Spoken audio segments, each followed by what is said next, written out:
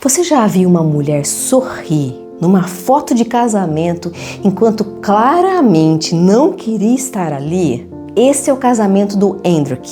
E essa mulher de preto é a mãe dele.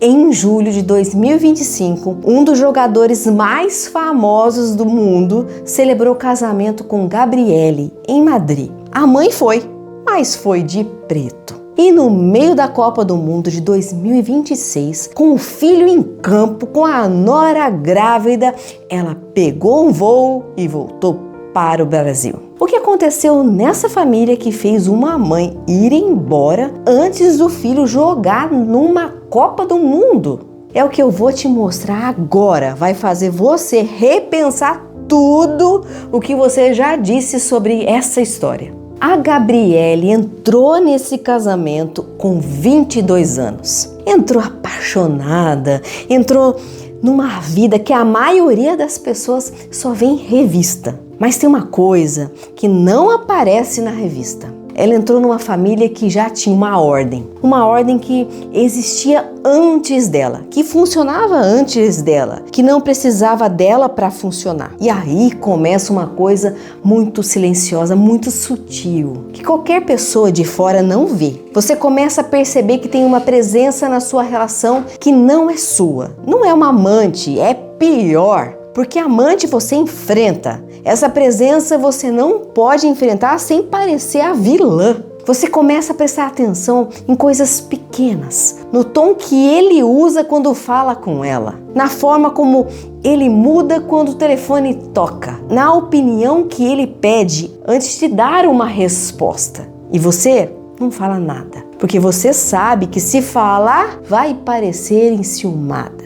Vai parecer insegura, vai parecer que você quer afastar ele da família. Então, você engole.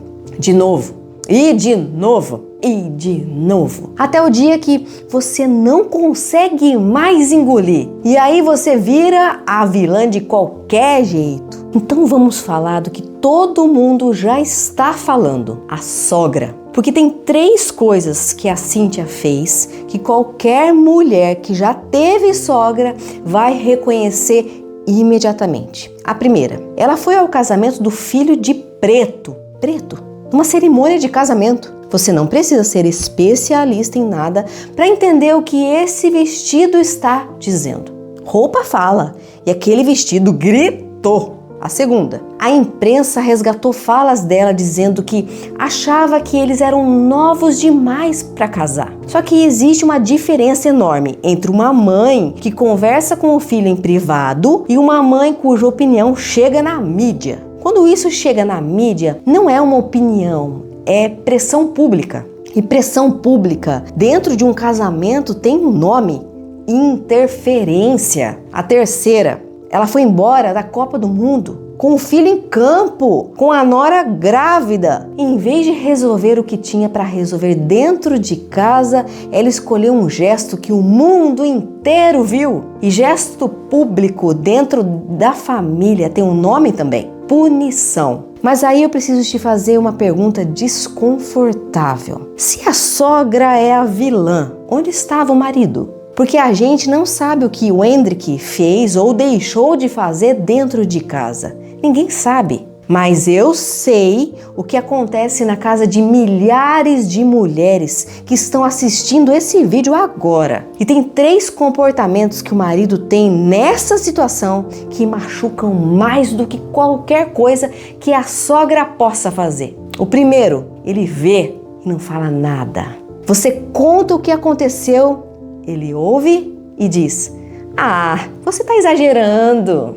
Ou pior, ele fica em silêncio. E esse silêncio tem um peso que nenhuma briga tem. Porque briga passa. Silêncio de quem deveria te defender fica. O segundo, ele se coloca no meio, como se neutro fosse uma posição. Como se ficar entre você e a mãe dele fosse justo. Mas neutro não é justo. Neutro é abandono com uma boa desculpa. Porque quando alguém está te machucando e o seu marido escolhe o meio, ele escolheu. Só não teve coragem de admitir. Terceiro, ele te pede para entender, pede para ter paciência, pede para não criar confusão, como se o problema fosse a sua reação e não o que causou a reação. E aí você se vê num lugar impossível, brigando com a sogra, vira encrenqueira, cobrando o marido, vira chata, ficando quieta, vira invisível. Mas por que ele age assim? Por que um homem que te ama não consegue te proteger da própria mãe? Isso não é falta de amor. Isso não é fraqueza, isso tem uma origem e essa origem é o que eu vim te mostrar agora. Eu preciso te contar uma coisa sobre esse homem, não sobre o Hendrik especificamente, sobre esse tipo de homem que existe aos milhares, que talvez esteja na sua casa. Esse homem não é fraco, esse homem não é covarde, esse homem está preso num lugar que ele nem sabe que existe. Deixa eu te explicar. Existe uma coisa que acontece dentro de algumas famílias, silenciosa, invisível, que ninguém vê de fora. Em algum momento da história desse homem, a mãe precisou dele. Não precisou como mãe precisa de filho. Precisou de um jeito que era grande demais para uma criança carregar. Pode ter sido uma ausência do pai, pode ter sido uma dor que ela não sabia resolver sozinha, pode ter sido uma família que não tinha equilíbrio. E esse menino, sem que ninguém pedisse, sem que ninguém explicasse, aprendeu uma coisa: e que o amor dele pela mãe era o que a sustentava. Então ele ficou emocionalmente ao lado dela, muito antes de você aparecer na vida dele. E aí você chegou. E você é linda e ele te ama de verdade. Mas tem uma parte dele que nunca foi embora daquele lugar, que ainda sente que se ele te escolher completamente, ele abandona ela. E abandonar a mãe para esse homem não parece uma escolha adulta, parece uma traição. Por isso ele fica no meio. Por isso ele pede para você ter paciência. Por isso ele não se posiciona. Não porque não te ama, mas porque ninguém nunca mostrou para ele que é possível amar a mãe e escolher a esposa ao mesmo tempo. Que isso não é traição, que isso é crescer. E aqui está o problema real. Enquanto ele não entender isso, você vai continuar brigando com a sogra. Mas o problema não está na sogra. O problema está no menino que ainda não virou homem por inteiro. E esse menino precisa entender uma coisa só, que vai mudar tudo. Honrar a mãe não é obedecer a mãe para sempre. E quando ele entender isso, a dinâmica inteira muda. A sogra muda de lugar, o casamento muda de lugar e você para de ser a intrusa e passa a ser o que sempre deveria ter sido, a mulher da vida dele. Mas aí vem a pergunta que ninguém faz. E você? O que você faz enquanto espera ele entender isso? O que você faz com essa dor toda? Eu vou te dizer o que muda quando você entende isso. Não o que você deve fazer, o que muda.